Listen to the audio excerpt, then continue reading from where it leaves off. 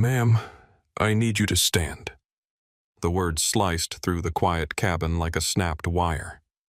Dominique Reynolds looked up startled, her hand still resting on the chilled champagne flute beside her seat. A flight attendant hovered over her smile-tight voice polite, but the edge underneath was sharp enough to draw blood.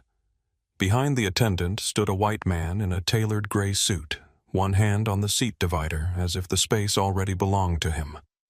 Before Dominique could answer, the man leaned forward and set his designer briefcase on the floor. The message was clear. Move. Passengers nearby turned in their seats, phones tilted upward. The hush of first class became an electric silence. "This gentleman is our preferred guest," the attendant said smoothly. "There's been a seating adjustment. We'll need you to relocate to premium economy." "Preferred guest." Dominique blinked. She had booked this private suite weeks ago, paying more than some people's monthly mortgage. Her boarding pass, seat 2A, sat right there on the armrest, proof of her place. Yet here was a stranger being ushered into the space she had paid for with nothing more than a corporate phrase. Seating adjustment. Dominique Reynolds hadn't built Nexus systems from nothing by allowing herself to be pushed aside. At 42, she carried herself with the quiet confidence of someone who knew her worth down to the decimal point. Her deep burgundy dress, chosen specifically for tomorrow's board meeting, was simple but impeccably tailored, much like the business she had crafted over 2 decades. She thought of her grandmother Eloise, who had raised her in Detroit's East Side. "Baby," she used to say, "in this world they'll try to make you invisible twice, once for being black, once for being a woman. Your job is to remain undeniably present without raising your voice." The flight attendant, Veronica Miller, according to her name tag, shifted her weight, the pressed white of her uniform stark against the cream leather of the first-class cabin. Her blue eyes carried a practiced patience that felt more like dismissal than service. Dominique took a slow breath, feeling the weight of 20 pairs of eyes. The man in the gray suit, still standing, still expecting, checked his watch, as if her presence was merely a scheduling inconvenience. "This is my seat," she said finally, her voice steady as she held up the boarding pass. "I reserved it specifically." Veronica's smile tightened. "I understand, but we have operational discretion for preferred passengers. Mr. Walker has priority status." James Walker. The name meant nothing to Dominique, but the way Veronica said it carried the assumption that it should. He stood taller now, chest slightly puffed, feeding on the deference. "I'm sure premium economy will be perfectly comfortable." Veronica continued, her voice dropping to a hushed tone, as if they were discussing a medical condition rather than a seat assignment. "It's just for this one flight. Just for this one flight. Just this one dignity. Just this one principle." Dominique glanced around the cabin, taking in the details she had noted when boarding. The couple in 4B and C stealing glances while pretending to read. The elderly white man in 1C deliberately focusing on his newspaper. The young Hispanic woman, another flight attendant named Elena, according to her tag, hovering by the galley, watching with a tightness around her eyes that suggested discomfort. No one spoke. No one intervened. Just like when she'd been the only black woman at investment meetings. Just like when she'd been asked to show ID 3 times at her own company's gala. Dominique felt her phone vibrate in her purse. Probably Terrence, her COO, with updates about tomorrow's $700 million contract negotiation with Atlantic Global Airlines, the very company whose plane she sat in now. The irony wasn't lost on her. She could make a scene. She could demand the manager. She could pull up her company profile showing she was worth more than this entire aircraft. But then she'd be another stereotype, the angry black woman who couldn't handle herself in elite spaces. Instead, she thought about power. Real power. The kind that doesn't need to raise its voice. "Excuse me," said James Walker, his patience visibly thinning. "I have connections in Singapore waiting." Connections. Of course he did. Dominique stood gathering her purse and tablet with deliberate slowness. Not rushing, not accommodating, simply moving at her own pace. "Thank you for your understanding," Veronica said, relief flooding her features. "Premium economy is quite spacious on this aircraft," as if the issue was legroom rather than principle. Dominique stepped into the aisle, the weight of her decision settling between her shoulder blades. She felt the familiar tension, the one that had accompanied her through boardrooms and venture capital meetings, through country clubs and executive retreats. The tension of choosing which battles to fight and how to fight them. As she moved past James Walker, she caught a whiff of expensive cologne and entitlement. He didn't meet her eyes as he slid into her seat, immediately pressing the call button for service. Some power is loud, demanding immediate. It takes up space without apology. But Dominique knew another kind of power, the kind that waits, the kind that calculates, the kind that doesn't need to announce itself because its impact speaks volumes. She followed Veronica toward the premium economy section, already formulating her response. Not with raised voice or public confrontation, but with the silent, devastating precision that had made Nexus Systems the technological backbone of the airline industry. And as she walked away from seat 2A, Dominique knew one thing with absolute certainty. This was far from over. "I'm sorry, but operational protocols take precedence over individual bookings."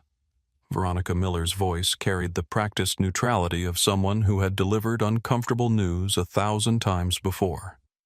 She stood in the aisle beside seat 2A, one hand resting on the headrest, as if physically guarding it for James Walker. Dominique felt something shift inside her chest, not anger, but a cool, analytical awareness. The same clarity that had guided her through 2 market crashes and countless attempted corporate takeovers. She observed the cabin dynamics with detached precision. What specific protocol allows you to reassign confirmed first-class bookings? Dominique asked, her voice measured. Not combative, merely inquiring. Veronica's smile flickered for a fraction of a second.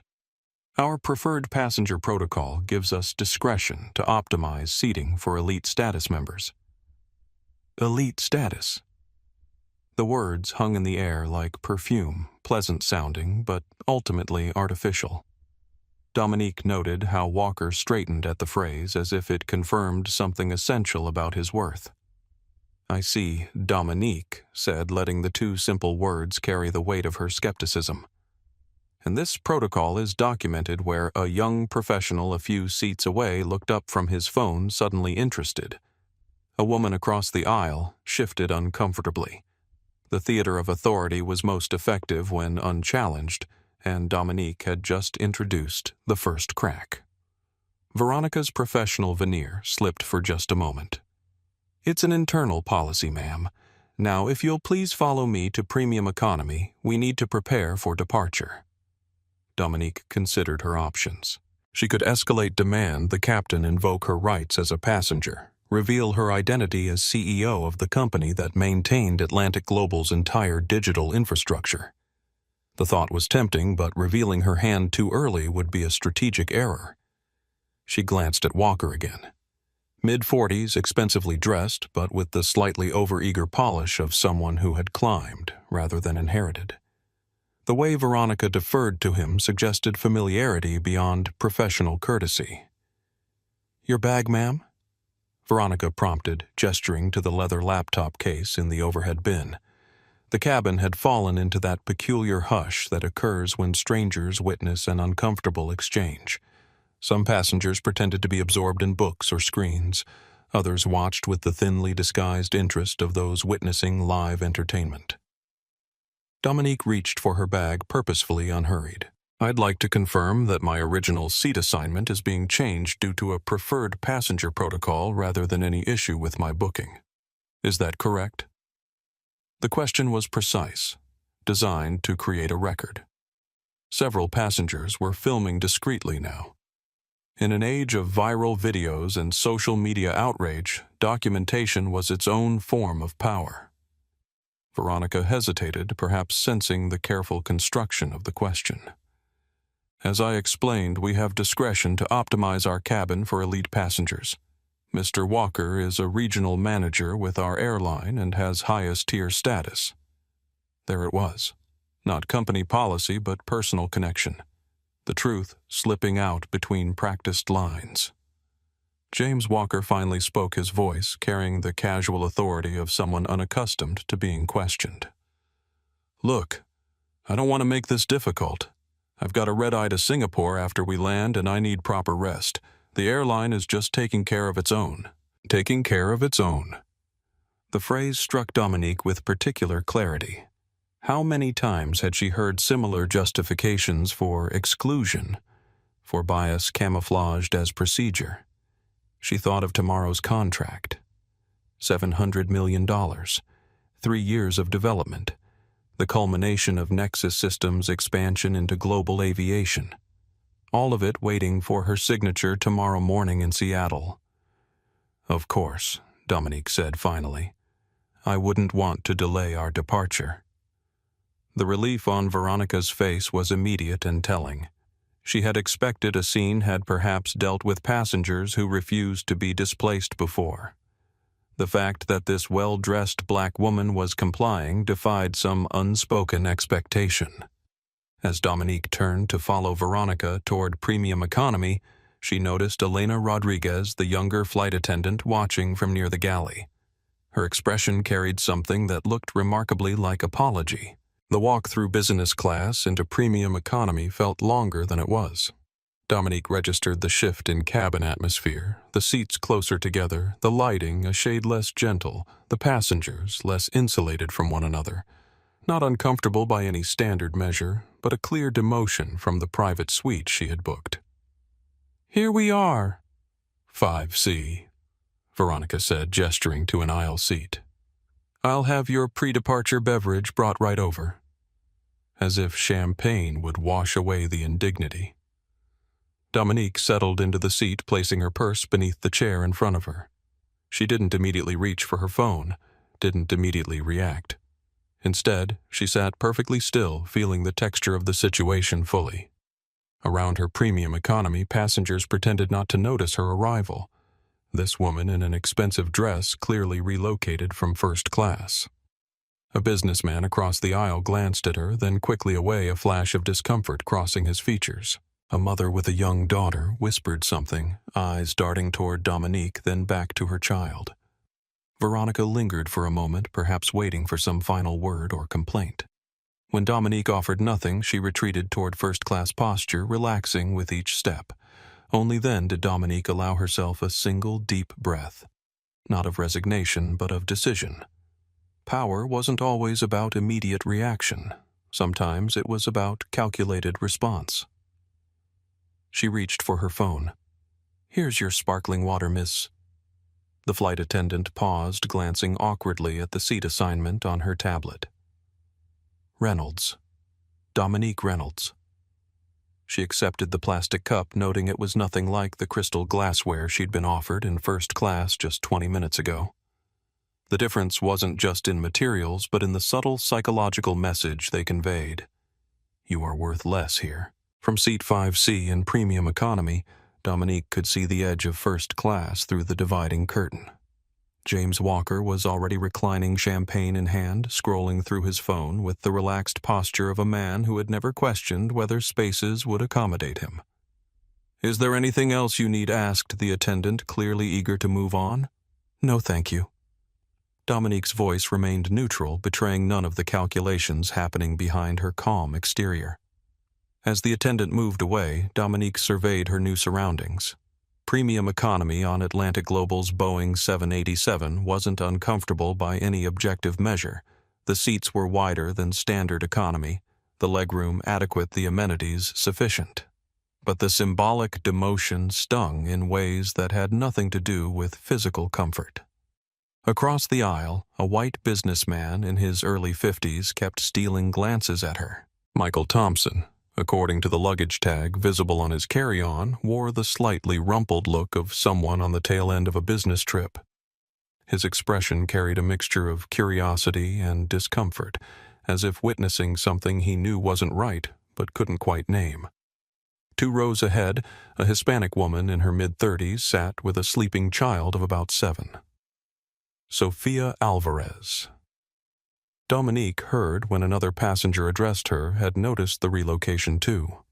Her eyes had met Dominique's briefly as she settled into 5C, a flash of recognition passing between them, the silent acknowledgement shared by those who have experienced similar subtle exclusions. "Excuse me," a quiet voice said from the aisle. Dominique turned to find the younger flight attendant, Elena Rodriguez, according to her name tag, standing beside her seat. Unlike Veronica's practiced corporate smile, Elena's expression seemed genuinely apologetic. "I brought you this." She discreetly handed Dominique a premium amenity kit, not the luxury version from first class, but better than the standard premium economy offering. "I'm sorry about the adjustment." The slight emphasis on the last word communicated volumes. This wasn't standard procedure. This was something else entirely. "Thank you, Elena." Dominique accepted the kit with a small nod. As Elena moved away, Dominique noticed a young white man in his late 20s a few rows back, phone angled in her direction. Ryan Cooper, she would later learn, was a tech professional who had recognized her immediately. Unlike the others, he wasn't merely watching, he was documenting. Dominique turned her attention to her phone, scrolling to her secure messaging app. The notification she'd felt earlier was indeed from Terrence Williams, her COO. Final contract edits complete. Bradford's team seems eager to sign tomorrow. $700 over 3 years with maintenance options. Let me know when you land. The message landed with particular weight now. Atlantic Global Airlines. The very company that had just displaced her from her rightful seat was poised to sign a landmark contract with Nexus Systems tomorrow morning. The integration of Nexus's digital infrastructure would fundamentally transform Atlantic Global's operations, from ticketing to crew scheduling, from maintenance tracking to customer data management. $700 million, the largest contract in Nexus's history, and they had just treated the CEO like an inconvenience. The irony wasn't lost on Dominique. Neither was the opportunity. She glanced toward first class again. Through the narrow gap in the curtain, she could see Veronica laughing at something James Walker had said, her professional demeanor softening into something more familiar. The champagne flowed freely. Walker had made himself comfortable in a seat that didn't belong to him, enjoying service that wasn't rightfully his. Behind her, Ryan Cooper's phone remained raised, capturing the ongoing discrepancy in treatment. The captain's voice came over the intercom, smooth and authoritative. "Ladies and gentlemen, this is Captain Andrew Ramirez. We're currently number 4 for departure and should be airborne within 15 minutes. Flight attendants, prepare the cabin for departure." As the announcement ended, Dominique felt the familiar weight of decision settle into her chest. The same weight she'd felt when walking away from a secure job to start Nexus with nothing but an idea and determination. The same weight she'd felt when refusing a buyout offer that would have made her personally wealthy but dismantled the company she'd built. She thought of her grandmother again. Eloise Reynolds had cleaned office buildings at night for 30 years, entering spaces where she would never be invited during daylight hours. Remember, she used to tell Dominique sometimes power is quiet. Sometimes it's just knowing which switch controls the lights. Dominique looked down at her phone again, then at the fastened seatbelt sign, now illuminated above. In her mind, she could see the digital architecture of Atlantic Global's entire operation, the intricate web of systems that Nexus had mapped during the contract preparation phase. Systems that would soon be under her company's management. Systems that, with the right commands, could be accessed even now. She thought about dignity, about principle, about the countless others who had been displaced, demoted, diminished without the leverage she now possessed. Her burgundy-painted nail hovered over the phone's screen. One message. That's all it would take. "Did you see what happened?" The whispered question came from the young man in 6D, leaning forward to address his seatmate. "That woman in the burgundy dress got kicked out of first class for that guy in the gray suit." Dominique didn't turn around, but her ears caught the conversation clearly. The cabin was now filled with the white noise of pre-departure flight attendants completing final checks, overhead bins, closing the distant rumble of engines warming up. Perfect acoustic camouflage for gossip. She didn't look happy, his companion replied. I would have raised hell. Wouldn't you, Dominique thought. But that was the difference.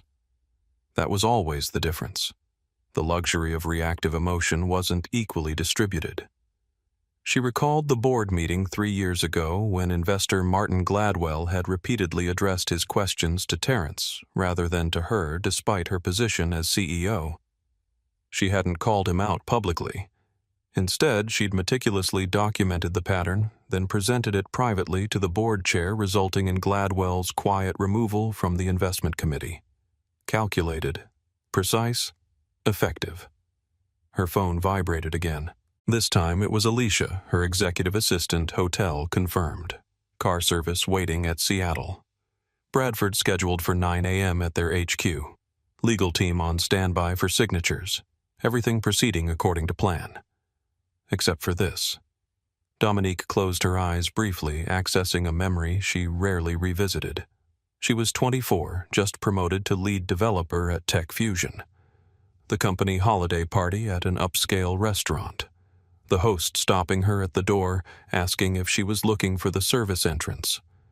The humiliation burning in her chest as colleagues watched. Her manager intervening embarrassed but not outraged. She had smiled through it, had continued the evening as if it hadn't happened, had even accepted the host's clumsy apology. But the next day she'd updated her resume. 6 months later, the seed of what would become Nexus Systems was planted. That night had taught her something essential. Direct confrontation offered momentary satisfaction, but strategic response created lasting change. The aircraft jolted slightly as it began pushing back from the gate. The safety demonstration started flight attendants moving through their choreographed routine with practiced precision. Elena Rodriguez demonstrated the oxygen mask procedures near the front of Premium Economy, her eyes briefly meeting Dominique's as she passed. Across the aisle, Michael Thompson was watching her now with undisguised curiosity. He'd clearly overheard the whispers.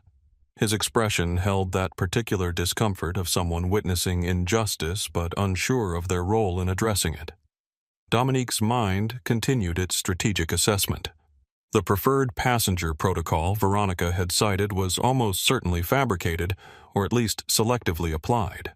James Walker might indeed be a regional manager, might indeed have elite status. But policy didn't displace confirmed first-class passengers for airline employees unless there was an operational necessity.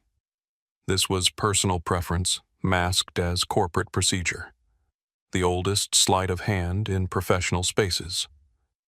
And it had been performed without a second thought, with the calm assurance that there would be no meaningful consequences. The plane began taxiing toward the runway, engines growling with increasing urgency. Dominique felt her phone in her hand, a gateway to action resting against her palm. She thought of the contract again. $700 million. A transformational deal for both Nexus and Atlantic Global. The culmination of years of development and negotiation. Was she really considering jeopardizing that over a seat assignment numb? Not over a seat. Over a principle.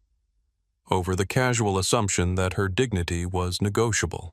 Over the unspoken belief that she should accept being displaced, being diminished, being dismissed as simply the cost of moving through the world in her skin. Her grandmother's voice echoed again. Don't confuse making peace with surrendering ground. The aircraft paused at the runway threshold, engines idling as they awaited clearance for takeoff. The final moment of connection to the ground before committing to the sky. Dominique made her decision. With swift, decisive movements, she opened her secure messaging app and selected a contact labeled Operations Team Alpha. Her fingers moved across the screen, typing a message that appeared to be innocuous to any casual observer. Initiate Protocol 5 verification on Atlantic Global integration. Full system diagnostic. Priority override. Authorization DR Alpha 9721.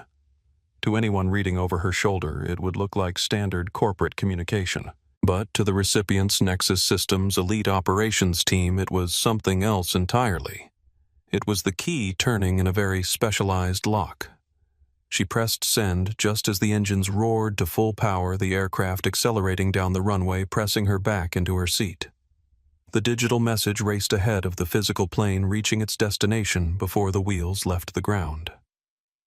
As the aircraft lifted into the evening sky, banking gracefully over the glittering city below, Dominique felt a curious sense of calm settle over her.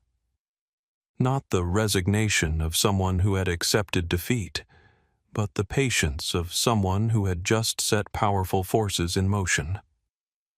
In the quiet hum of the climbing aircraft, surrounded by strangers who had witnessed her displacement but not her response, Dominique Reynolds waited.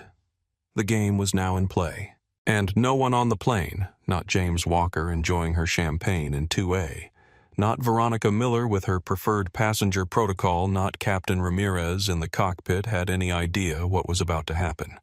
Power, after all, wasn't always loud. Sometimes it moved in silence, building momentum until its impact became undeniable. Sometimes it was just knowing which switch controlled the lights.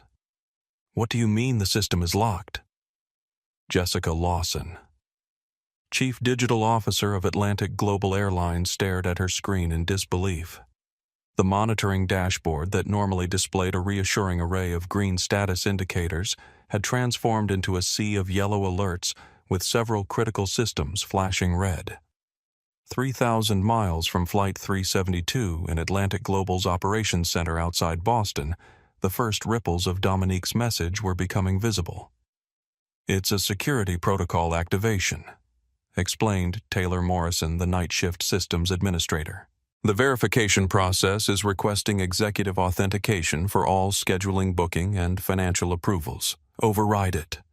Jessica demanded, the fluorescent lights of the operations center highlighting the growing tension in her face. "I can't," Taylor replied, hands moving frantically across the keyboard. "It's coming directly from the Nexus integration layer. We don't have access to that architecture yet." Jessica felt a cold wave of realization wash over her.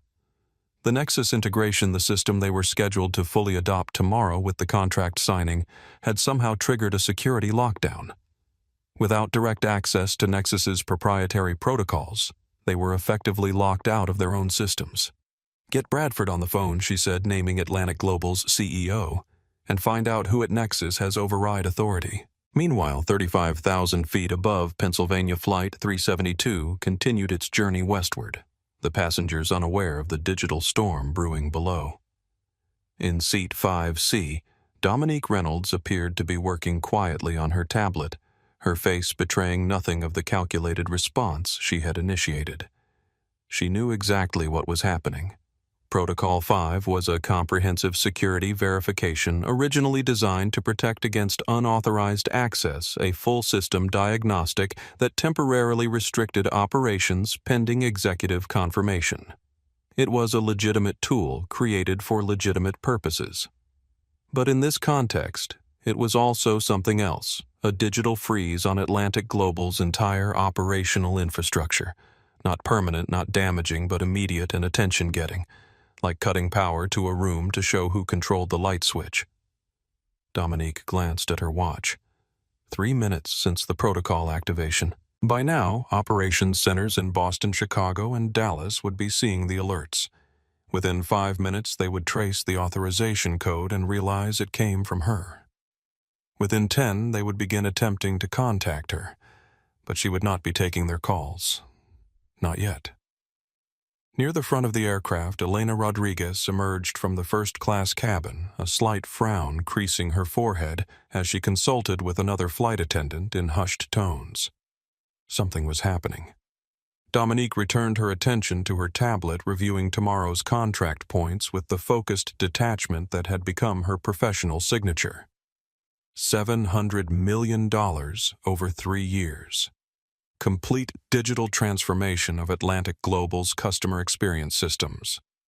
Integration of Nexus's proprietary scheduling algorithms.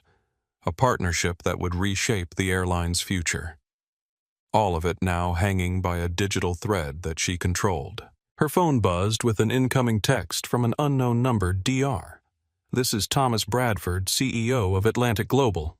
We have an urgent situation with the Nexus integration. Please call me immediately at this number."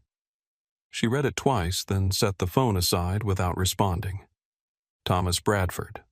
The man she was scheduled to meet tomorrow to sign the historic contract was now reaching out directly, bypassing normal channels. Good. The message had been received. But she wasn't ready to engage. Not until the full impact was felt.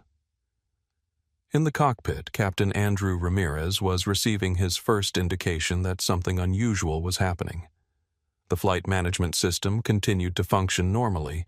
Flight controls, navigation, and safety systems were entirely separate from the commercial operations infrastructure, but a message had appeared on his communications display. Notice Atlantic. Global operational systems under security review. Ground operations temporarily restricted. Maintain normal flight procedures. Will advise. Ramirez exchanged a puzzled glance with his first officer. "Ever seen that before?" Never, the first officer replied, studying the message. "Could be an IT drill. Let me check with dispatch."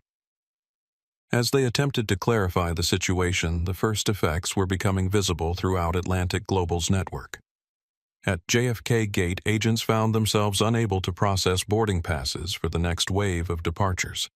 In Chicago, baggage systems operated in manual mode. In Dallas, crew scheduling froze mid-assignment. The airline, the entire technological ecosystem that kept planes moving, passengers flowing, and operations functioning, was experiencing a controlled pause. Not a crash, not a disaster, but a demonstration of vulnerability. Back on Flight 372, the cabin intercom chimed. "Ladies and gentlemen," came Veronica Miller's voice. "This is your lead flight attendant. We've been advised by our dispatch that there will be a brief update to our arrival information once we're closer to Seattle. In the meantime, please enjoy your flight. We'll begin beverage service momentarily." The carefully worded announcement revealed nothing, but Dominique noted the underlying tension. They knew something was happening, but didn't yet understand what or why. Her phone lit up again now with a cascade of notifications. 3 missed calls from Thomas Bradford. 5 messages from Terrence Williams. An urgent email from Atlantic Global's legal department. She silenced the device and slipped it into her purse. They would wait. All of them would wait until she was ready to engage. In first class, James Walker remained oblivious, now enjoying what should have been her dinner service, the privilege he had claimed without question, continuing to envelop him in its comfortable bubble.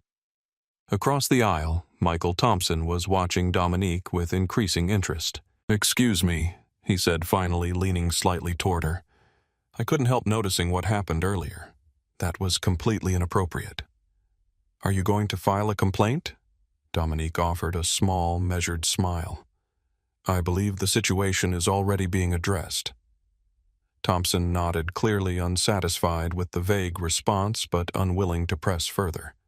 He couldn't know that the complaint was already reverberating through Atlantic Global's entire digital ecosystem, that the addressing was happening on a scale he couldn't imagine.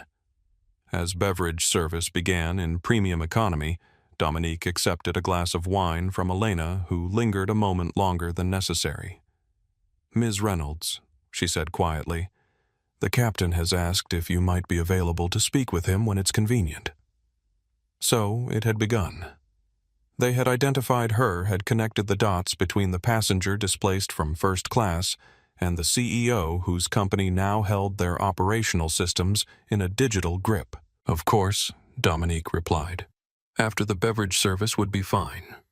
Elena nodded and moved on, but the message was clear. The power dynamic had shifted. The woman they had casually displaced was now being approached with deference. Not because she had made a scene. Not because she had demanded recognition. But because she had demonstrated with silent precision exactly who held the real leverage. As the plane continued westward into the darkening sky, Dominique sipped her wine and waited. The next move was theirs. All flights are showing delayed. All of them. Thomas Bradford's voice carried the strained disbelief of a man watching his company's operations unravel in real time. The Atlantic Global CEO stood in the center of the emergency operations room, surrounded by screens displaying cascading yellow and red alerts across the network map. "Not delayed, sir. Held for security verification." Jessica Lawson corrected her fingers, flying across her keyboard. "The system is requiring executive authentication for every departure. It's not a crash. It's functioning exactly as designed during a security protocol activation." "Which protocol?" "Protocol 5. It's part of the Nexus integration we've been implementing." Bradford's expression darkened. "And who authorized this activation?" Jessica hesitated before answering. "Authorization code DR Alpha 9721. DR would be Dominique Reynolds, CEO of Nexus Systems." Reynolds Bradford repeated, confusion evident. "Why would she trigger this the night before our contract signing?" "Get her on the phone." "We're trying, sir." "She's not responding. According to our system, she's currently on Flight 372 to Seattle." Bradford stared at his chief digital officer. "She's on one of our planes right now." "Yes, sir. Boston to Seattle, scheduled to arrive at 11:42 p.m. local time. I want to speak to the captain of that flight immediately." As the situation intensified at headquarters, the effects rippled across Atlantic Global's entire network. At Chicago O'Hare International Airport, the 7:15 p.m. departure to London sat fully boarded at the gate, passengers growing increasingly restless. "Ladies and gentlemen," announced the gate agent, forcing a smile through her growing anxiety, "we're experiencing a brief system verification delay. We should have an update for you shortly." An executive in 2C raised his hand. "The flight tracker app says all Atlantic Global flights are delayed. What's really happening?" The question hung in the air as dozens of other passengers reached for their phones to verify the claim. Sure enough, the familiar red delayed indicator appeared beside every Atlantic Global flight across the country.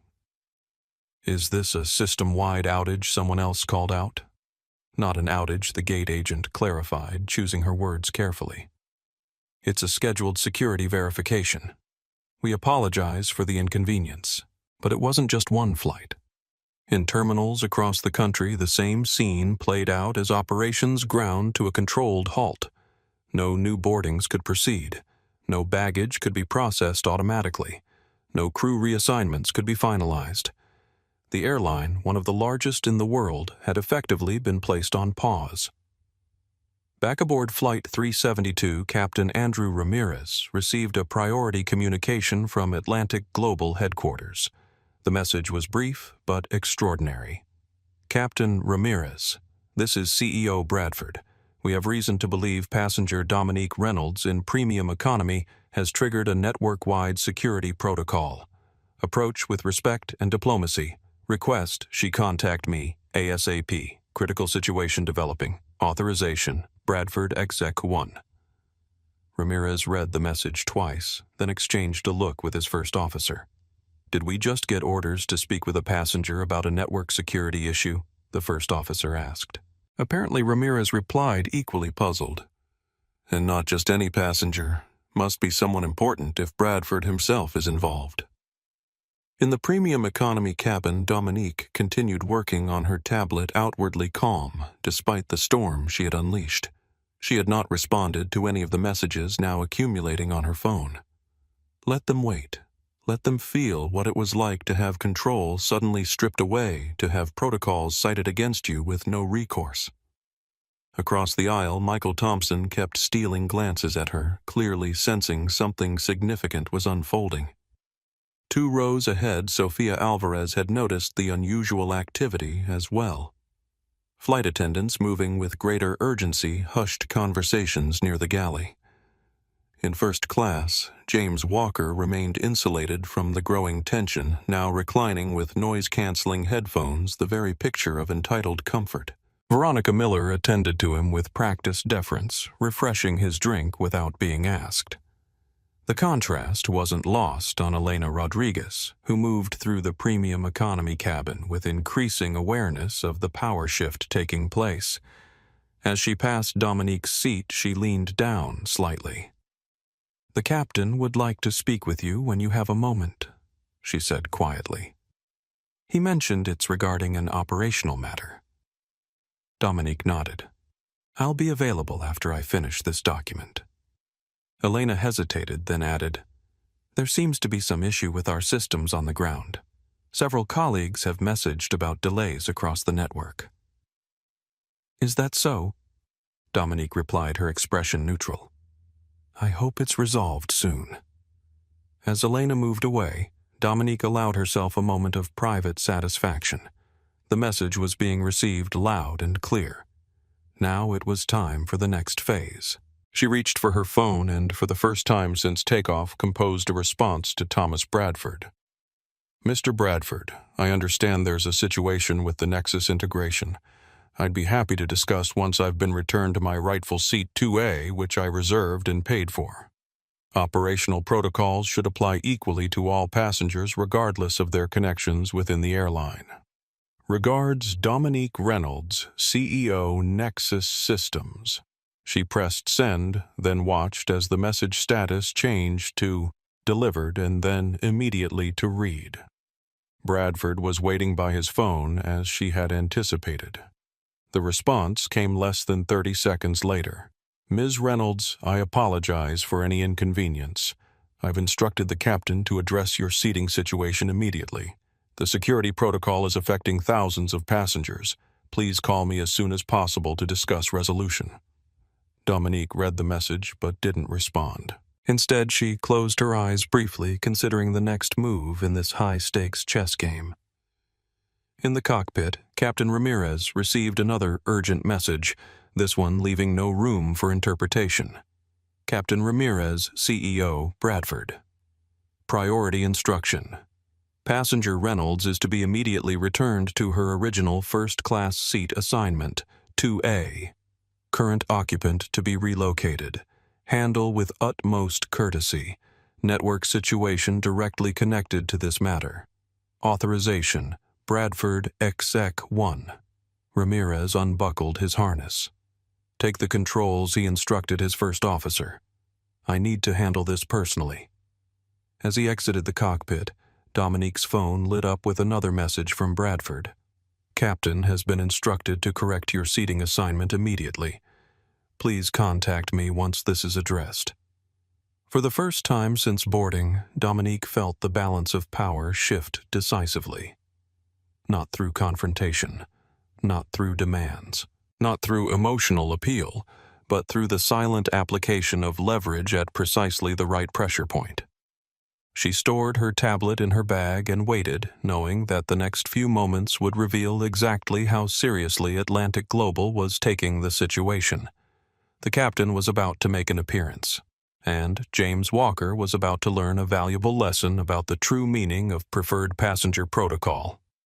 "Ladies and gentlemen, this is your captain speaking." The intercom crackled to life, drawing all eyes toward the ceiling speakers. Captain Andrew Ramirez's voice carried the practiced calm of a veteran pilot, but with an undercurrent of tension that seasoned travelers immediately recognized. "We're currently cruising at 38,000 feet with favorable winds. Our flight time remains approximately 5 hours and 20 minutes.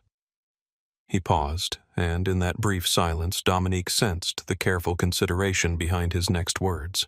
"However, I've been advised of a seating assignment issue that requires immediate attention. Our cabin crew will be making a necessary adjustment momentarily. We appreciate your patience and understanding." The announcement concluded, leaving a buzz of speculative whispers in its wake. Passengers exchanged curious glances, many turning toward premium economy, where Dominique sat, her posture revealing nothing of the calculated maneuver she had executed. Captain Ramirez appeared at the front of the premium economy section, his tall figure commanding immediate attention. Unlike the typical pilot's brief appearance to greet select passengers, his presence now carried unmistakable purpose. He spoke briefly with Elena Rodriguez, who nodded and gestured toward Dominique.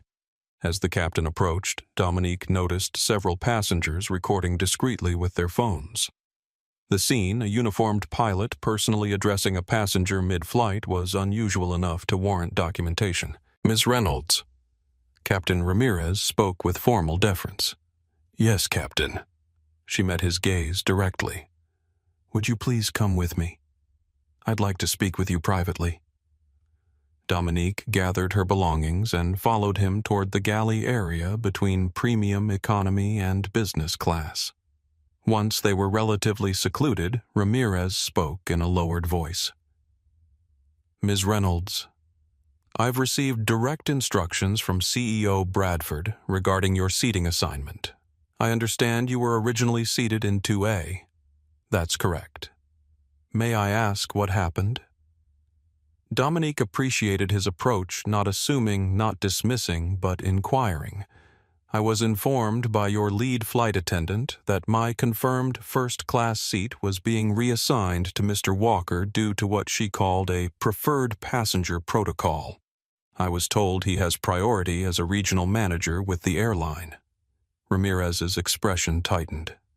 "I see. And this led to your response." The careful phrasing told Dominique that he knew exactly who she was and what she had done, but was navigating the situation with appropriate caution. "Captain, I'm the CEO of Nexus Systems. Tomorrow morning I'm scheduled to sign a $700 million contract integrating our technologies with Atlantic Global's operations. The systems currently undergoing security verification are the same systems your airline is planning to adopt." Understanding dawned in his eyes. "And the current verification protocol?" "Was authorized by me, yes. It's a standard security measure designed to protect sensitive operations during potential integrity breaches." The diplomatic language didn't disguise the reality. She had effectively demonstrated her company's control over Atlantic Global's digital infrastructure in response to being displaced from her seat. Ramirez processed this information with the calculated assessment of someone accustomed to managing complex situations. "Miss Reynolds, I apologize for the way you were treated. I've been instructed to return you to your original seat immediately. Will this address your immediate concern?" "It would be a start, Captain." He nodded, understanding the implication. The seat was just the visible symptom of a deeper issue, one of respect policy and equal treatment. "If you'll follow me, I'll personally escort you back to first class." They moved through the business class cabin, the eyes of curious passengers following their progress. As they approached the first-class curtain, Veronica Miller noticed their arrival, her practiced smile freezing in place. "Veronica." Captain Ramirez said, his tone leaving no room for objection. "Ms. Reynolds will be returning to her original seat in 2A. Please assist Mr. Walker with relocating to another available seat." Veronica's composure slipped momentarily. "Captain, I'm not sure that's—" "This comes directly from CEO Bradford." He interrupted, his voice quiet but firm. "It's not a request." In seat 2A, James Walker looked up from his movie irritation flashing across his features as he registered the captain standing beside his seat with Dominique. "What's going on?" he demanded, removing his headphones. "Mr. Walker." Captain Ramirez began, "There's been a misunderstanding regarding seat assignments. Ms. Reynolds was originally confirmed for this seat. I need to ask you to relocate." Walker's face flushed. "This is ridiculous. I'm a regional manager with elite status." Veronica already explained the protocol to this woman. The dismissive reference this woman hung in the air, underlining exactly what had transpired earlier. Dominique remained silent, allowing the captain to handle the situation. Her leverage wasn't in this confrontation. It was in the thousands of grounded passengers across the country, the millions of dollars in delays accumulating with every minute, and the $700 million contract now hanging in the balance. Mr. Walker Ramirez continued with measured authority. "This directive comes directly from CEO Bradford. Miss Reynolds is to be returned to her original seat immediately. There's a larger operational situation that requires this action. The mention of Bradford Walker's ultimate superior changed his calculation visibly. His expression shifted from indignation to confusion. Bradford himself. What operational situation? I'm not at liberty to discuss details, but this is a priority matter affecting our entire network. The other first-class passengers watched with undisguised interest as the drama unfolded. Walker looked from the captain to Dominique, reassessing the woman he had so casually displaced. "Who exactly are you?" he asked, suspicion replacing arrogance. Before Dominique could respond, Elena Rodriguez appeared beside them. "Mr. Walker, we have a seat prepared for you in business class 8C. I'll assist you with your belongings." Walker hesitated, clearly weighing his options before recognizing he had none. With visible reluctance, he gathered his items and stood. "This is highly irregular," he muttered, avoiding Dominique's gaze. As he moved past her toward business class, Dominique noted the complete reversal of their earlier encounter. Now it was Walker being displaced, Walker being relocated. Walker experiencing the discomfort of having established expectations suddenly upended. The difference was that his displacement came with an explanation, with the courtesy of the captain's personal attention, and with an alternative that still offered significant comfort. All considerations she had been denied. "Your seat, Ms. Reynolds," Captain Ramirez said, gesturing to 2A. As Dominique settled back into her rightful place, she felt the eyes of the entire first-class cabin upon her. No longer was she the woman who had been pushed aside. Now she was the woman who had commanded the attention of the captain, who had caused a regional manager to be relocated, who had triggered some mysterious operational situation important enough for the CEO's direct involvement. "Is there anything else you need at the moment?" Ramirez asked. "A moment of privacy to make a call if possible." He nodded. "Of course."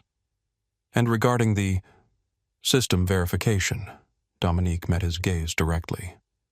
"I'll address that once I've spoken with Mr. Bradford." As the captain returned to the cockpit, Veronica Miller approached with visible trepidation. "Ms. Reynolds, can I offer you a pre-dinner drink? Perhaps champagne?" The same champagne she had been offered before, then denied, now presented again as if the earlier displacement had never occurred. "Water, thank you."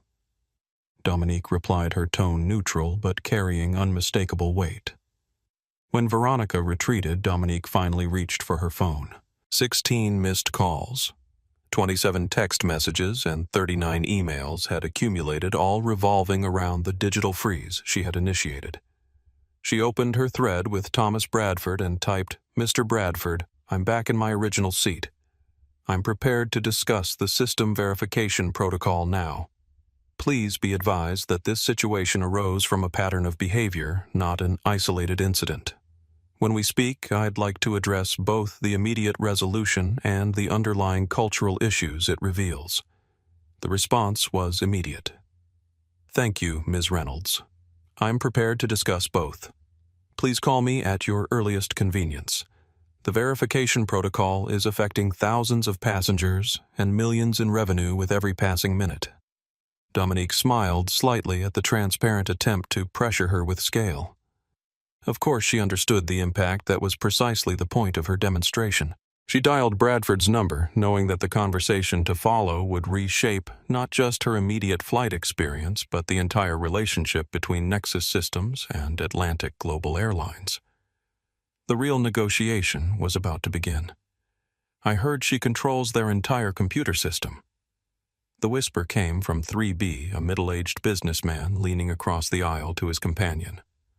One text from her and the whole airline just stopped. "How do you know that?" his seatmate replied skeptically. "My brother works at O'Hare, says every Atlantic Global flight is grounded for system verification, whatever that means." The whispers weren't limited to first class. Throughout the aircraft, the unusual sequence of events had spawned a web of theories. The captain personally escorting a passenger from premium economy to first class. The regional manager's abrupt relocation. the mysterious operational situation referenced in the captain's announcement. In the rear galley, Elena Rodriguez checked her phone during a brief break. The crew message board was erupting with updates from colleagues on the ground, ORD, LHR sitting at gate for 45 men. Passengers getting hostile. JFK total chaos. No boarding passes being issued. Manual processing only. DFW supervisors called in. All flights showing security hold. Elena scrolled through the messages, piecing together the scope of the disruption. Whatever had happened, it wasn't isolated to Flight 372. Something had triggered a network-wide pause in operations. And somehow the woman in Seat 2A, the woman who had been so casually displaced, then reinstated with unprecedented urgency, was at the center of it. Elena made her way forward, passing through premium economy, where passengers were now openly discussing the situation. Ryan Cooper, the tech professional who had been recording earlier, was showing something on his phone to those seated nearby. Look, he was saying every single Atlantic global flight is delayed. Something massive is happening. As Elena approached business class, she noticed James Walker engaged in an intense phone conversation, his face flushed with anger or embarrassment or both. He covered the mouthpiece when he saw her. "I need to speak with the captain," he demanded. "Now." "I'm sorry, Mr. Walker, the captain is currently unavailable," Elena replied evenly. "Can I assist you with something? Do you have any idea who that woman is? The one you put in my seat?" The phrasing, "my seat," wasn't lost on Elena. The entitlement remained unshaken despite everything. "Sir, she was actually returned to her original seat," Elena corrected gently. "And yes, we're aware of who Ms. Reynolds is." Walker's expression shifted. "Well, I've just been informed she's the CEO of Nexus Systems. Do you understand what that means? They control our entire digital infrastructure, the system verification affecting every flight. That's her doing." Elena maintained her professional composure, but internally the pieces were falling into place. The casual displacement of a black female executive, the system-wide response, the captain's urgent intervention, the reversal of fortune. "I understand your concern, Mr. Walker. Would you like something to drink while you wait?" Walker glared at her, recognizing the deliberate deflection. "This is going to be a PR nightmare," he muttered, returning to his phone. As Elena continued toward first class, she couldn't help but admire the precise response Dominique Reynolds had orchestrated. No shouting, no scene, no demand to speak to a manager, just a quiet demonstration of leverage at exactly the right pressure point. In Seat 2A, Dominique concluded her call with Thomas Bradford. The conversation had been brief but productive, establishing clear expectations for both the immediate resolution and tomorrow's meeting, Miss Reynolds, Elena said, approaching with a fresh glass of water. "Can I get you anything else?" Dominique looked up, noting the subtle shift in Elena's demeanor, a new awareness in her eyes. "No, thank you, Elena. This is fine." Elena hesitated, then lowered her voice. "I want to apologize for what happened earlier." That wasn't right. The simple acknowledgement, personal not corporate, registered with Dominique. "Thank you. I appreciate that." As Elena moved away, Dominique noticed Veronica Miller watching from the galley, her earlier confidence replaced by visible anxiety. The power dynamic had shifted completely, and everyone in the cabin was gradually becoming aware of exactly how and why. Near the back of the plane, Ryan Cooper was doing more than just checking flight statuses. With his background in tech, he had connected the dots faster than most. His Twitter thread was already gaining traction, thread witnessing something incredible on #Atlantic Global Flight 372. Black female executive displaced from first class for airline manager. Now, every AG flight nationwide grounded after she makes one phone call. Captain personally escorted her back to original seat. 17. The story was spreading beyond the aircraft, beyond the terminals where passengers waited for delayed flights, beyond the operations centers where technicians scrambled to address the verification protocol. It was becoming a real-time case study in power, respect, and consequences. In premium economy, Sofia Alvarez had followed the developments with particular interest. As a mid-level HR director for a retail company, she had witnessed similar dynamics play out in corporate settings. The casual dismissal of women of color, the unwritten rules that seemed to apply differently depending on who you were. But she had rarely seen such a precise response, such a clear demonstration of leverage. She leaned toward her seatmate. "That woman they moved back to first class, I think she's the reason all Atlantic Global flights are grounded right now. Seriously, how do you know my cousin works at the Seattle gate? Says the system is requiring executive verification for every single flight. Nothing can depart without manual approval." The information continued to spread throughout the cabin, passenger to passenger, text message to text message, social media post to social media post. The story evolving with each retelling, but the central elements remaining consistent. A black female executive had been displaced without cause. She had responded not with complaint, but with demonstration. An entire airline was now feeling the consequences. In the cockpit, Captain Ramirez received an update from Atlantic Global Headquarters protocol resolution in progress. Ms. Reynolds has agreed to limited system restoration. Prioritize customer communication. Expect full functionality within 60 minutes. Bradford authorization. Ramirez turned to his first officer. "Looks like our VIP in 2A has made her point." "What exactly happened?" the first officer asked. "From what I gather, Veronica and Walker displaced her using some made-up preferred passenger policy. Turns out she's the CEO of Nexus Systems." The first officer's eyes widened.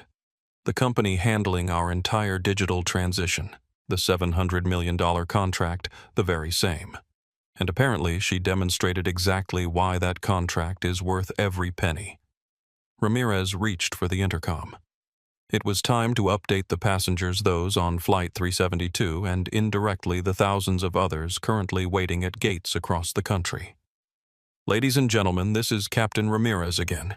I'm pleased to inform you that the operational verification affecting our network is being resolved. We've been advised that all systems should return to normal functionality shortly. Our flight continues on schedule, and we appreciate your patience during this process." What he didn't say, what he couldn't say over a public announcement, was that the operational verification had never been about technical systems at all. It had been about respect, about principle, about the casual expectation that some people should simply accept being displaced, being diminished, being dismissed, and about the precise demonstration of what happens when that expectation meets its match. As the announcement concluded, Dominique felt her phone vibrate with an incoming message from Bradford System Restoration beginning. "Contract meeting still scheduled for 9 a.m. tomorrow. I'll be attending personally along with our Chief Diversity Officer. I believe we have some additional matters to discuss beyond the technical integration." She smiled slightly. Yes, they certainly did. What the hell kind of stunt was that? James Walker's voice carried across the first-class cabin as he stormed past the divider, curtain face flushed with a volatile mixture of embarrassment and anger. He loomed over seat 2A where Dominique sat reviewing documents on her tablet. "Do you have any idea how many passengers you've affected?" The confrontation drew immediate attention. Phones tilted upward, capturing the moment when the man who had so casually displaced Dominique now challenged her directly, his professional veneer cracking under the weight of humiliation. Dominique looked up slowly, her expression neutral yet commanding. She didn't raise her voice, didn't match his emotional intensity. Instead, she simply closed her tablet and met his gaze with composed precision. "Mr. Walker," she said, her voice carrying just enough to be heard by nearby passengers but not pitched as a performance. "I believe you're referring to the system verification protocol that was activated earlier." "System verification," he scoffed. "You deliberately sabotaged an entire airline because you didn't get your way about a seat." The framing was telling, transforming her response to injustice into a childish tantrum, her strategic leverage into emotional retribution. "That's an interesting interpretation," Dominique replied, maintaining her composure. "I prefer to think of it as a demonstration of why corporate policies should be applied consistently, regardless of who they're affecting." Before Walker could respond, Veronica Miller appeared beside him, tension evident in her rigid posture. "Mr. Walker, please return to your seat. The captain has requested that all passengers remain in their assigned seating." The irony of her sudden concern for assigned seating wasn't lost on anyone watching. "You don't understand what she's done," Walker insisted, his voice rising. "She's holding the entire airline hostage, thousands of passengers delayed, millions in costs, all because she couldn't accept a simple seat reassignment." Dominique remained still, allowing his outburst to hang in the air, its disproportionate emotion contrasting sharply with her measured calm. "Was it simple, Mr. Walker?" she finally asked. "When you took my seat, did you consider it a simple reassignment? Or did you see it as your due? A regional manager with connections shouldn't have to sit in business class when there's a first-class seat occupied by someone who doesn't look like she belongs there." The directness of her observation cut through his bluster. Several passengers shifted uncomfortably, recognizing the unspoken dynamics now being named explicitly. Walker's expression hardened. "This isn't about race. This is about status and protocol." "Which protocol exactly?" Dominique inquired, her tone genuinely curious, rather than accusatory. "The preferred passenger protocol that Ms. Miller cited when removing me. I'd be interested to see that in Atlantic Global's official policies." Veronica's cheeks flushed. They both knew no such protocol existed, at least not in any documented form that would withstand scrutiny. Captain Ramirez appeared at the front of the cabin, his presence immediately commanding attention. "Mr. Walker, return to your assigned seat immediately. This is not a request." Walker hesitated, visibly calculating his options before the authority of the captain. "This isn't over," he muttered to Dominique, his voice low enough that only she could hear the implicit threat. "You're right about that," she replied evenly. "It's just beginning." As Walker retreated to business class, Ramirez approached Dominique. "Ms. Reynolds, I apologize for that confrontation. Are you all right?" "Perfectly fine, Captain. Thank you for your intervention." He lowered his voice. "I've received an update from headquarters. The system verification protocol is being gradually lifted, starting with immediate departures. CEO Bradford has requested a full briefing with you upon landing." Dominique nodded. "I'll be available, and the $700 million contract discussion scheduled for tomorrow morning. Still proceeding from what I understand. Bradford will be attending personally." As the captain returned to the cockpit, Dominique felt the weight of attention from the first-class cabin. The confrontation with Walker had transformed a private power play into public theater, revealing the underlying tensions that had driven her response. Elena Rodriguez approached, deliberately placing herself between Dominique and the curious gazes of other passengers. "Ms. Reynolds' dinner service will begin shortly. Would you like to see the menu?" The simple courtesy creating a buffer of normalcy around her registered with Dominique. "Yes, thank you, Elena." As Elena handed her the premium menu, she added quietly, "Just so you know what happened earlier. It happens more than anyone admits. Thank you for not letting it slide." The comment carried weight beyond professional courtesy. It was acknowledgement from someone who had witnessed similar dynamics play out repeatedly, who understood the significance of challenging them. Across the aisle, a distinguished older woman who had been observing the unfolding drama leaned toward Dominique. "Forgive my intrusion," she said, her voice carrying the gentle southern cadence of old money, but I couldn't help overhearing. "I'm Elaine Woodward, Atlantic Global Board member." Dominique's expression revealed nothing, but internally she recalibrated. "A board member. On this flight. Witnessing everything." "Dominique Reynolds," she replied, offering a slight nod. "CEO of Nexus Systems." Yes, I gathered that, Elaine said with a knowing smile. Thomas Bradford messaged me about 20 minutes ago. Quite frantic. I imagine he would be. Elaine studied her with undisguised interest. You know, Ms. Reynolds, in 40 years of corporate governance, I've seen countless responses to, let's call them dignity violations. Most people either accept them silently or react emotionally. Few respond with such precise calibration. I believe in proportional response, Ms. Woodward. Clearly. And now you have the attention of our entire executive team, not to mention the board. She paused, considering her next words carefully. The contract tomorrow, it's important to you, $700 million important, Dominique confirmed. 3 years of development, a transformational integration for both companies. Elaine nodded thoughtfully. And yet you risked it over a seat assignment. That tells me something significant about your principles. The seat was merely the visible symptom, Ms. Woodward. The disease runs deeper. Indeed, it does. Elaine agreed, surprising Dominique with her candor, which is precisely what I'll be discussing with the board following this illuminating flight. As Elaine returned to her reading, Dominique processed the unexpected alliance.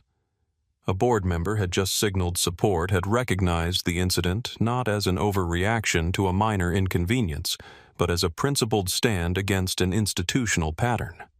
Her phone vibrated with an incoming message, this one from Terrence Williams, her COO, social media exploding with #Atlantic Global and #Seat Justice.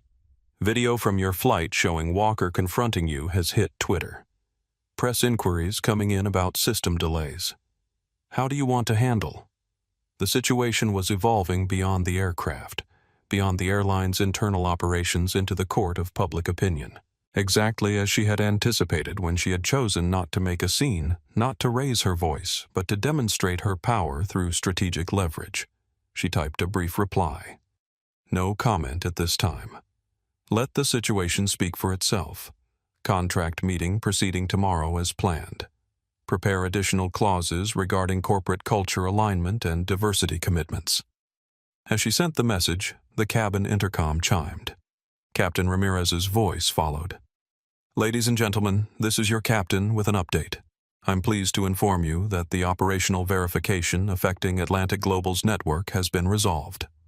All systems are returning to normal functionality and operations across our network are resuming. We appreciate your patience during this process. What remained unspoken but understood by everyone who had witnessed the events on Flight 372 was the direct connection between Dominique's return to Seat 2A and the resolution of the operational verification. Not coincidence. Causation. As dinner service began, Dominique accepted a glass of the champagne she had been originally offered, then denied, then offered again. The bubbles caught the cabin light as she raised the glass slightly, not in celebration, but in acknowledgement of a battle precisely fought and definitively won. Not through emotion, not through confrontation, but through the calculated application of leverage at exactly the right pressure point. The message had been delivered. The real negotiation would begin tomorrow. I believe this goes beyond a simple seating misunderstanding, Mr. Bradford. Dominique's voice carried clearly in the enclosed space of the private first-class phone booth. Captain Ramirez had arranged for her to use this space for her call with Atlantic Global's CEO, a courtesy that underscored how dramatically the power dynamic had shifted. I agree completely, Ms. Reynolds. Thomas Bradford replied, his tone carefully calibrated to convey both authority and conciliation. At 56, he had navigated countless corporate crises, but few with the precise leverage that Dominique now wielded. What happened was unacceptable, and I apologize on behalf of Atlantic Global. I appreciate that Dominique acknowledged, but this incident reveals deeper issues within your corporate culture. The ease with which your staff fabricated a non-existent protocol to justify displacing me suggests this isn't an isolated incident. The slight pause before Bradford's response told her she had struck a nerve. What exactly are you looking for here, Ms. Reynolds? beyond the immediate resolution of your seating situation. A simple question that cut to the heart of the negotiation. What price would she put on her dignity? What concessions would transform this from personal insult to institutional change? 3 things. "Mr. Bradford," she replied, her voice carrying the practiced precision that had made her a formidable negotiator. "First, full restoration of your operational systems effective immediately." "Thank you," he said, relief evident in his voice. "And second, a substantial revision to tomorrow's contract. I'll have my legal team send over new language regarding accountability metrics for cultural integration between our companies. Nexus won't simply be providing technology, we'll be establishing benchmarks for how that technology is implemented." Another pause longer this time. "That's unconventional for a technology integration contract. So is demonstrating your digital vulnerability mid-flight, Mr. Bradford. We're well beyond conventional at this point." She could almost hear him calculating the costs, weighing the PR disaster currently unfolding against the revised contract terms she was proposing. And the third requirement he finally asked. "A complete review of your passenger displacement policies with particular attention to how they're applied to different demographic groups. I want data. Mr. Bradford, who gets bumped, who gets upgraded, who gets the benefit of operational discretion. And I want that review conducted by an independent third party. You're essentially asking for a diversity audit of our entire customer service operation. I'm not asking, Mr. Bradford. I'm establishing a condition for our continued partnership." The silence that followed spoke volumes. She had pushed beyond the expected corporate apology, beyond the personal accommodation into territory that would require structural change. "Ms. Reynolds Bradford finally said, his voice recalibrating into something more genuine than his initial corporate tone. "I want to be clear that I personally find what happened to you appalling. But what you're proposing would require board approval and significant operational changes. You have a board member on this flight who witnessed everything, Ms. Elaine Woodward. She seems quite supportive of addressing these issues substantively." Bradford's sharp intake of breath confirmed Dominique had just played a card he hadn't anticipated. "Elaine is on your flight in 3C. We've had a very illuminating conversation about corporate governance and accountability."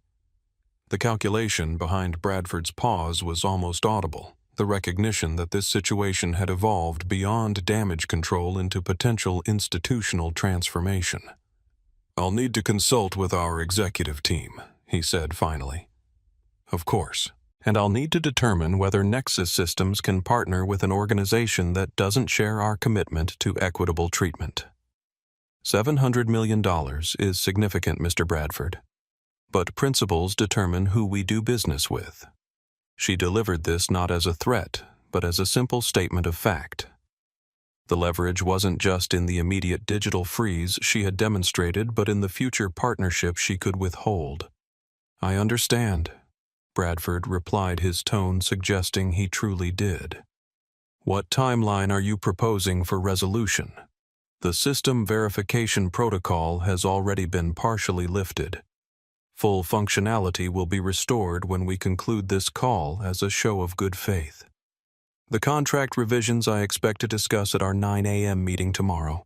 The policy review should commence within 30 days with preliminary findings within 90 days. Dominique could hear Bradford taking notes. And regarding the staff involved in tonight's incident, she had anticipated this question, the corporate reflex to identify sacrificial employees rather than address structural issues. "I'm not interested in individual terminations, Mr. Bradford. Firing Veronica Miller or disciplining James Walker might create the illusion of accountability, but it wouldn't address the conditions that enabled their behavior." "That's surprisingly generous given the circumstances. It's not generosity. It's strategy. Cultural problems require cultural solutions. I'm interested in change, not casualties." As she said this, Dominique realized how deeply she believed it. The incident had never been about punishing specific individuals. It had been about demonstrating the consequences of casual disregard, about establishing that her dignity was non-negotiable. Bradford seemed to recognize the wisdom in her approach. "I believe we can work with these conditions, Ms. Reynolds. I'll meet with our executive team immediately and prepare for tomorrow's discussion." "One more thing," Dominique added. "I'd like Captain Ramirez commended for his handling of this situation. His professionalism and clarity were exemplary." "Noted and agreed. Is there anything else you require before we conclude?" Dominique considered for a moment. "No. I believe we understand each other, Mr. Bradford."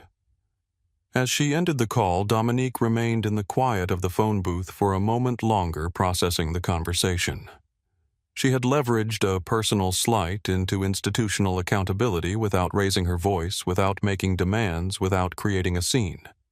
Instead, she had demonstrated precisely the kind of power that couldn't be dismissed, the kind that affected bottom lines, operational capacity, and public perception.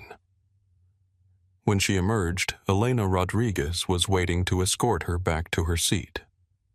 "Everything okay, Ms. Reynolds?" "Yes. Thank you, Elena. Just finalizing some operational details with headquarters." The understated description of what had clearly been a high-stakes negotiation brought a slight smile to Elena's face. "The captain asked me to inform you that we've received confirmation that all systems are returning to normal operations. Flights are resuming their departures network-wide." "That's good to hear." As they approached first class, Dominique noticed the shift in atmosphere. The other passengers watched her with new awareness, their perception transformed by the events they had witnessed. No longer was she simply another traveler. Now she was someone who had demonstrated extraordinary leverage with calm precision. In seat 2A, her rightful seat, Dominique found a handwritten note placed on the armrest. "Ms. Reynolds, I believe we'll have much to discuss at tomorrow's board meeting. What happened tonight speaks volumes about both individuals and institutions. Looking forward to our continued conversation. Elaine Woodward." Dominique tucked the note into her tablet case, recognizing it for what it was, not just personal support but institutional alliance. Elaine Woodward had recognized the significance of the incident beyond its immediate circumstances, had seen it as indicative of cultural patterns that required attention at the highest levels of governance. As the flight continued westward through the darkening sky, Dominique felt the complex emotions of the evening settling into a quiet certainty. She had not just reclaimed a seat. She had established a precedent, had demonstrated that dignity wasn't negotiable, that respect couldn't be selectively applied, that power came in many forms, including the silent precision of knowing exactly which pressure points would create lasting change. Her phone vibrated with an update from Terrence's contract revisions underway. Legal team working through the night. Bradford's team has already reached out to coordinate. Seat justice trending nationally. Press inquiries mounting. How would you like to proceed with media? Dominique considered her response carefully. The situation had evolved beyond a personal incident into something with potential industry-wide implications. How she handled the public narrative would be just as important as the contract revisions. She typed no press statements tonight. Let the situation speak for itself. Prepare talking points focused on institutional accountability rather than individual incident. This isn't about me. It's about equitable treatment for all passengers. Across the aisle, Elaine Woodward watched with quiet approval, recognizing the strategic restraint that had characterized Dominique's entire approach. Not seeking publicity, not exploiting the viral moment. Simply allowing the consequences to unfold naturally, drawing attention to the underlying issues rather than personalizing the conflict. The true negotiation had only just begun. 3 years had passed since Flight 372, and what had begun as a personal response to displacement had evolved into an industry-wide transformation in accountability. Standing at the podium of the International Aviation Ethics Symposium, Dominique Reynolds surveyed the audience of airline executives, technology leaders, and industry regulators gathered to address the intersection of ethics and passenger experience.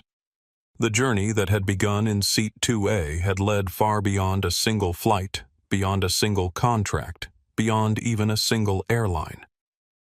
The accountability structures established in the aftermath of her displacement had become industry standard with measurable improvements in equitable treatment across demographic categories. What distinguished my experience that night wasn't the displacement itself, she told the assembled leaders. It was the capacity to demonstrate its consequences with precision. Most passengers lack that leverage. Their dignity violations go unaddressed. Their patterns, unrecognized, their experiences dismissed as isolated incidents. From the front row, Thomas Bradford, now Atlantic Global's executive chairman, nodded in acknowledgement. Under his leadership, the airline had transformed its approach to passenger equity, implementing the industry's first comprehensive demographic accountability metrics for service delivery. The numbers speak for themselves. Dominique continued gesturing toward the screen where industry data appeared. 37% reduction in demographically disparate treatment across 3 years had passed since Flight 372, and what had begun as a personal response to displacement had evolved into an industry-wide transformation in accountability. Standing at the podium of the International Aviation Ethics Symposium, Dominique Reynolds surveyed the audience of airline executives, technology leaders, and industry regulators gathered to address the intersection of ethics and passenger experience. The journey that had begun in Seat 2A had led far beyond a single flight, beyond a single contract, beyond even a single airline. The accountability structures established in the aftermath of her displacement had become industry standard with measurable improvements in equitable treatment across demographic categories. What distinguished my experience that night wasn't the displacement itself, she told the assembled leaders. It was the capacity to demonstrate its consequences with precision. Most passengers lack that leverage. Their dignity violations go unaddressed, their patterns unrecognized, their experiences dismissed as isolated incidents. From the front row, Thomas Bradford, now Atlantic Global's executive chairman, nodded in acknowledgement. Under his leadership, the airline had transformed its approach to passenger equity, implementing the industry's first comprehensive demographic accountability metrics for service delivery. The numbers speak for themselves. Dominique continued gesturing toward the screen where industry data appeared. 37% reduction in demographically disparate treatment across major carriers. 42% improvement in consistent application of discretionary policies. 53% increase in transparent classification of passenger complaints. These aren't just operational improvements. They reflect a fundamental shift in how dignity is understood not as courtesy extended at discretion, but as right ensured through accountability. As she concluded her address, Dominique reflected on the journey that had brought her to this moment. She hadn't raised her voice on that flight, hadn't created a scene, hadn't demanded special treatment. She had simply demonstrated the consequences of casual disregard with surgical precision, transforming a moment of displacement into a movement for accountability. The standing ovation that followed wasn't merely professional courtesy, but genuine recognition of the transformation she had catalyzed not through confrontation or demand, but through strategic leverage applied with precision. After the keynote, James Walker approached her with the humility of someone permanently changed by experience. Once the regional manager who had casually displaced her, he now served as Atlantic Global's executive director of passenger experience transformation. 3 years ago, if someone had told me I'd be thanking you for having me removed from first class, I'd have thought they were delusional, he acknowledged with rueful honesty. But experiencing displacement firsthand, feeling what it's like to have protocols suddenly applied against you rather than for you, it changed everything about how I understood power and privilege. The transformation extended far beyond individuals to institutional structures. Elena Rodriguez, once a flight attendant trying to navigate impossible dynamics, had risen to Atlantic Global's chief operating officer, implementing accountability metrics across operational touchpoints. As Dominique boarded her flight home that evening, she noticed the permanent changes implemented since her displacement 3 years earlier. standardized verification procedures, applied consistently to all passengers. Transparent display of service policies, diverse staffing at every customer touchpoint. The captain's voice came over the intercom. "This is Captain Elena Rodriguez. We'll be departing shortly and expect an on-time arrival." Dominique smiled at the announcement. Elena's promotion represented another dimension of the transformation, the elevation of voices previously confined to supportive roles. As the aircraft lifted into the evening sky, Dominique thought about her grandmother's wisdom. Sometimes power is quiet. Sometimes it's just knowing which switch controls the lights. The metaphor had proven more literal than either of them could have anticipated. But the true lesson hadn't been about controlling systems. It had been about transforming them, about using leverage not for personal advantage, but for institutional evolution. Power, after all, wasn't always loud. Sometimes it moved in silence, building momentum until its impact became undeniable. Sometimes it was just knowing which switch controlled the lights. If this story resonated with you, please take a moment to like and subscribe to our channel. Your support helps us share more powerful stories of dignity, respect, and strategic change. Have you ever witnessed or experienced a situation where someone demonstrated their power through quiet precision rather than loud confrontation? Share your thoughts in the comments below. And don't forget to hit that notification bell to stay updated on our latest videos that inspire and empower. Thank you for watching. Black CEO kicked out of VIP seat for white passenger. She immediately freezes airline's $700 budget.